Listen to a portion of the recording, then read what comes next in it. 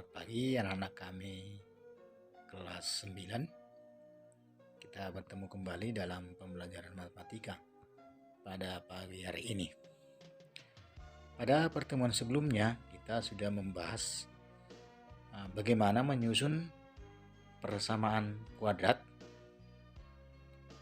yang akar-akarnya diketahui, yaitu dengan menggunakan rumus X kurang X1 kali X kurang X2 sama dengan 0.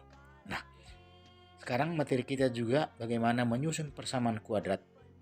Tetapi kita bukan menggunakan rumus, tapi kita menggunakan sifat-sifat dari akar persamaan kuadrat, yaitu X1 tambah X2 sama dengan negatif B per A, X1 kali X2 sama dengan C per A. Nah, ini yang kita gunakan. Bagaimana menyusun persamaan kuadrat yang baru. Nah, untuk lebih jelasnya anak-anak kami, mari perhatikan penjelasan berikut. Baik anak-anak kami, materi yang mau kita bahas seperti yang sudah Bapak katakan tadi, yaitu bagaimana menyusun persamaan kuadrat dengan menggunakan sifat-sifat akar persamaan kuadrat. Yang ini ya, menggunakan sifat-sifat akar persamaan kuadrat. Ini lanjutan dari materi yang sudah kita bahas sebelumnya. Ini secara khusus, bukan lagi dengan menggunakan rumus yang ini ya.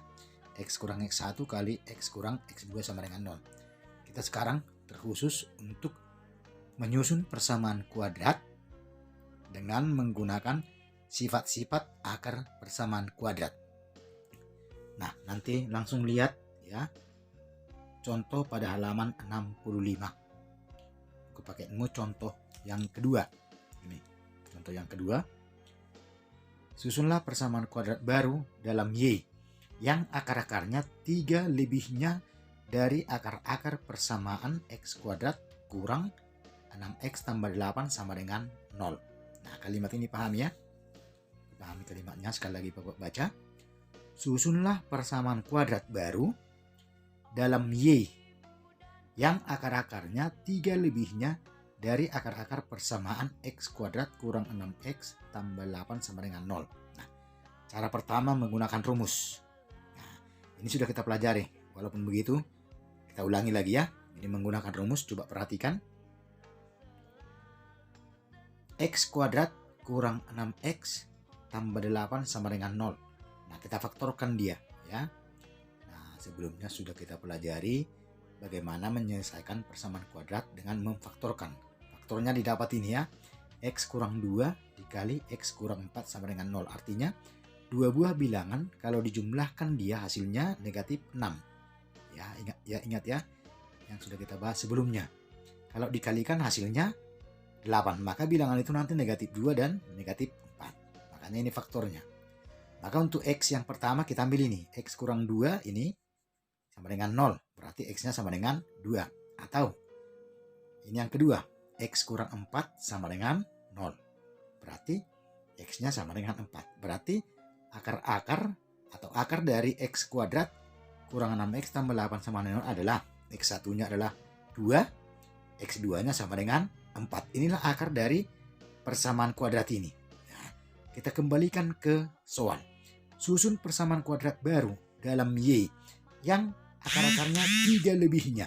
Nah, kalau 3 lebihnya berarti 3 nanti lebihnya dari sini. 3 lebihnya dari sini. Ya, karena ini akar-akarnya tadi. Baik. Nah, coba perhatikan supaya lebih jelas. Nah, perhatikan ini ya.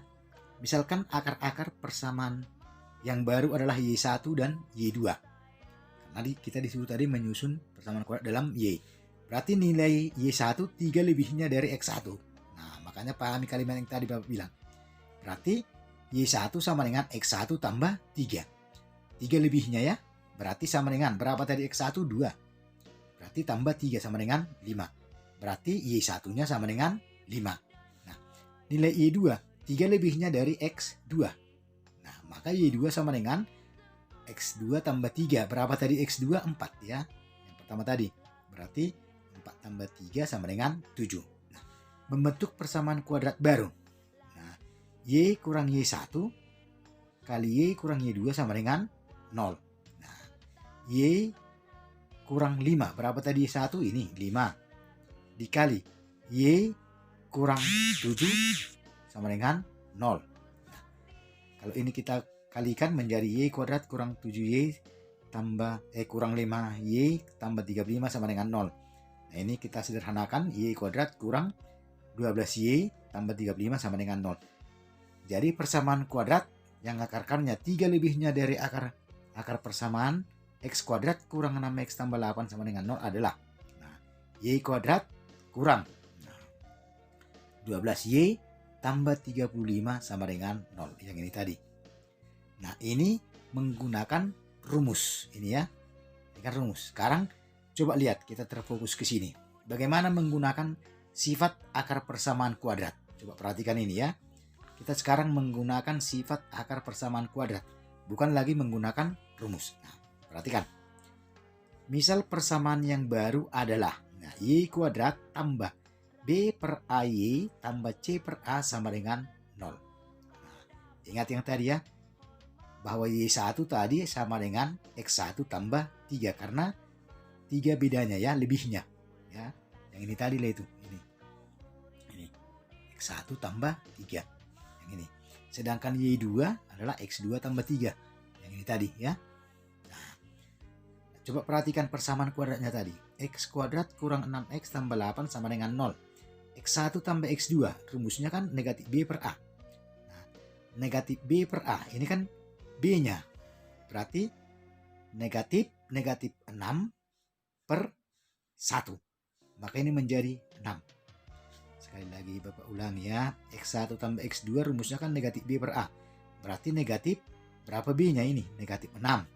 Maka ini sudah langsung ya, seharusnya negatif 6 per A. Berarti ini menjadi negatif 6. Nah, X1 kali X2 apa rumusnya? C per A. Nah, berapa C-nya ini? 8. Berapa A-nya? 1. Ya, makanya sebenarnya di sini 8 per 1. Berapa 8 per 1? 8. Makanya di sini 8. Nah, yang berikut. Y1 tambah Y2 sama dengan. Nah, berapa tadi Y1-nya? Ini kan. Nah, ini Y1, yaitu X1 tambah 3. Nah, ditambah Y2. Mana tadi Y2 ini kan? X2 tambah 3. Makanya X1 tambah 3 ditambah X2 tambah 3. Apa tadi rumus Y1 tambah Y2? Negatif B per A. Kan begitu? Ya, sama dengan. Maka ini kita buat X1 tambah X2. Nah, tambah 3 tambah 3. Kita dekatkan ini. Karena sejenis. Nah, sama dengan X1 tambah X2. Berapa tadi X1 tambah X2? Yang ini kan, berapa tadi? 6, gantikan.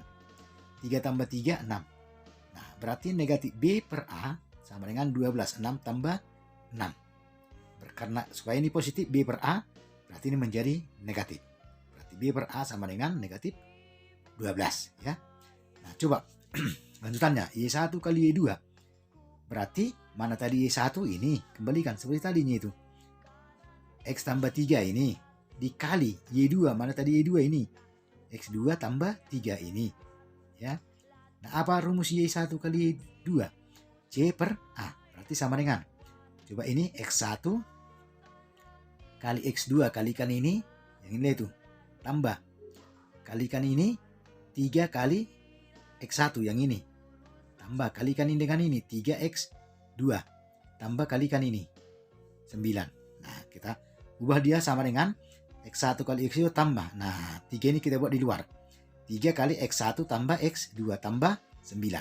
Nah, sama dengan X1 kali X2. Berapa tadi? X1 kali X2. Ini kan? Ini X1 kali X2 kan tadi 8. Nah, gantikan. Tambah 3 kali. Yang ini 3. Berapa tadi X1 tambah X2? Ini kan 6.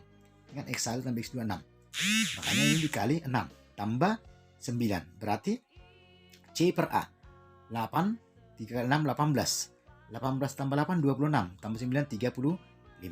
Nah, berarti persamaan kuadrat yang akar-akarnya 3 lebihnya dari akar-akar persamaan X kuadrat kurang 6X tambah 8 sama dengan adalah Y kuadrat sama dengan. Berapa tadi B per A?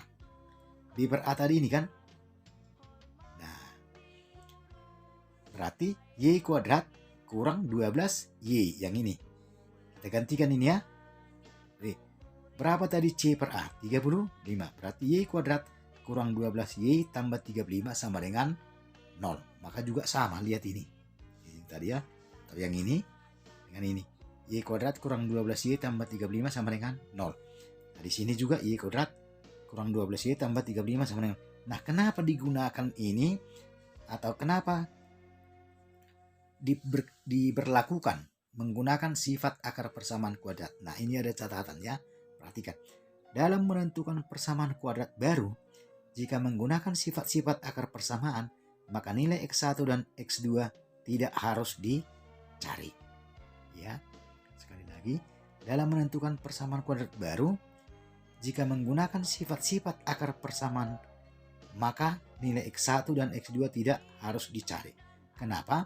Kadang kalau kita mencari X1 dan X2 lebih sulit, maka lebih mudah langsung menggunakan sifat akar persamaan kuadrat tadi ini.